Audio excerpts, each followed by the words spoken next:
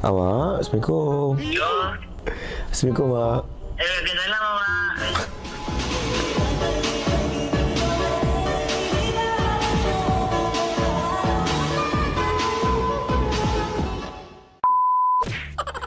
Saya rasa macam annoying pula bila bercakap dengan awak malam ni. Awak nak kata kenapa ni awak? Saya nak tanya awak kan pernah tengok rambut saya semua benda kan? Awak rasa saya handsome tak rambut sekarang? Saya rasa handsome je awak. Tak ada masalah pun. Kenapa awak rasa saya handsome sangat? Saya kan terima awak seadanya. Awak pun tak bawa handsome apa. Asal tiba-tiba awak tukar suara sunio macam ni? Saya kan girlfriend awak. Girlfriend kan kena cakap lembut pak.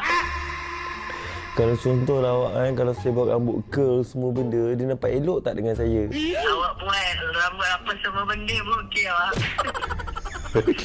Awak, saya rasa kena dengan awak. Kena dengan saya? Betul tak? Kena kutuk awak, kena kutuk.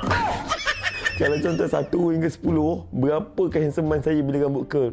Saya rasa 15 awak, 15. Kenapa 15 awak? Saya tak tahulah, tapi saya rasa awak handsome melebihi segalanya.